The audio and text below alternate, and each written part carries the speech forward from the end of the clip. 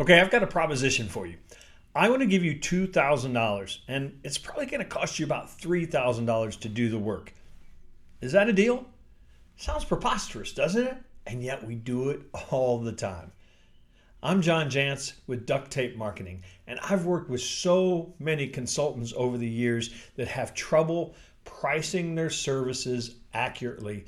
And so consequently, they get talked into deals that just make no sense at all.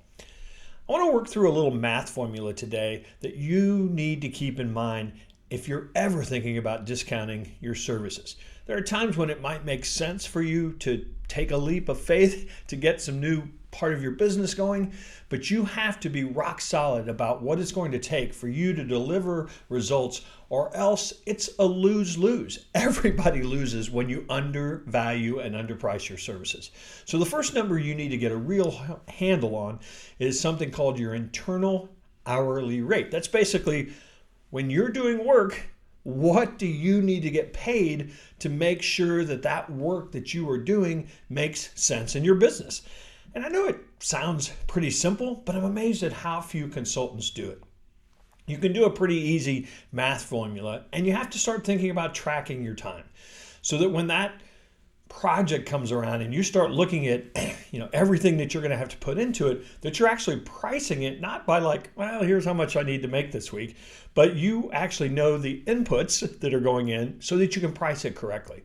So if you want to, let's use really round numbers. If you want to make $100,000 in a year, then you've only got about, on a good year, 2,000 hours. Give yourself a little vacation. I mean, that's all you're really going to be able to work in a year. So you divide that, easy math, it works out to about $50 an hour. Now you've got some overhead. You've got an office maybe, you've got a telephone, you've got a few things that you're paying. There's taxes that go into that overhead as well. So let's round that up. Let's take that by 1.3. So that works out to $67 an hour. Now you do want to make some profit. I mean, that's basically your cost, if you will. So if you want to make some profit in the business, let's take that 67 and let's shoot big. Let's take it times 3. I don't know what that works out to. It's around $200 an hour.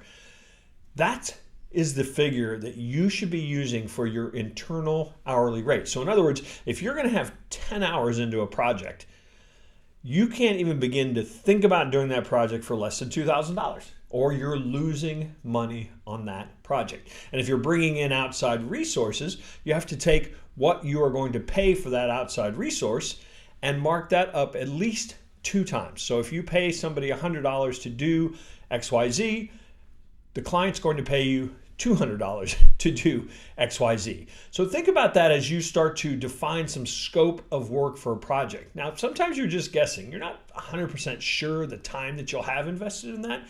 But if you're not paying attention to your internal hourly rate, if you're not using a time tracker like Harvest to record the hours that you actually invest in something, you're going to consistently underprice your services. And this internal hourly rate will really give you the confidence and the posture to say, no, I need $5,000 for this project, and here's why. Now, as you become an expert and you move up in recognition and influence, maybe that number jumps up significantly, but know what that minimum floor is so that you're not consistently underpricing your work.